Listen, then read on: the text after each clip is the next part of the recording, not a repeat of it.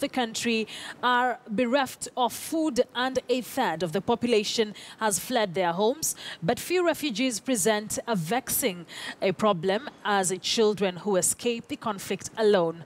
At the Nguneyel refugee camp near Ethiopia's lush western frontier, boys and girls who cross the border unaccompanied tell tales of murdered families and childhoods shattered by the unremitting violence in South Sudan. Trixie Ngado has the details. The United Nations High Commissioner for Refugees on Tuesday called on people from across the world to welcome more refugees. The UNHCR head Filippo Grandi made the remarks during a visit to a refugee center in Ethiopia on World Refugee Day. Stable countries, countries with resources to resettle some of these refugees. Yes.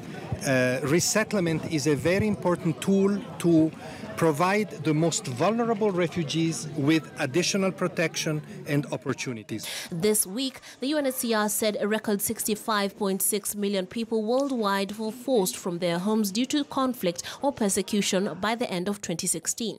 According to the body, more than half of the world's refugee population come from just 3 countries: Syria, Afghanistan and South Sudan. We do have around 45,000 unaccompanied minors and separated children.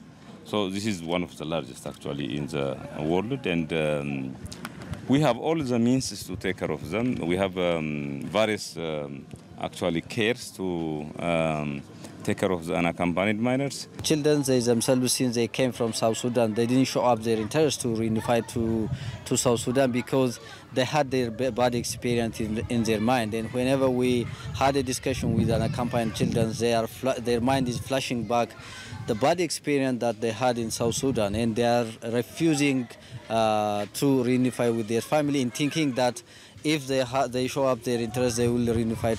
They will return back to South Sudan. There were 2 million new asylum claims in 2016, of which Germany received the highest number, followed by the United States, Italy and Turkey. Unaccompanied or separated children, mainly Afghans and Syrians, lodged some 75,000 applications in 70 countries in 2016.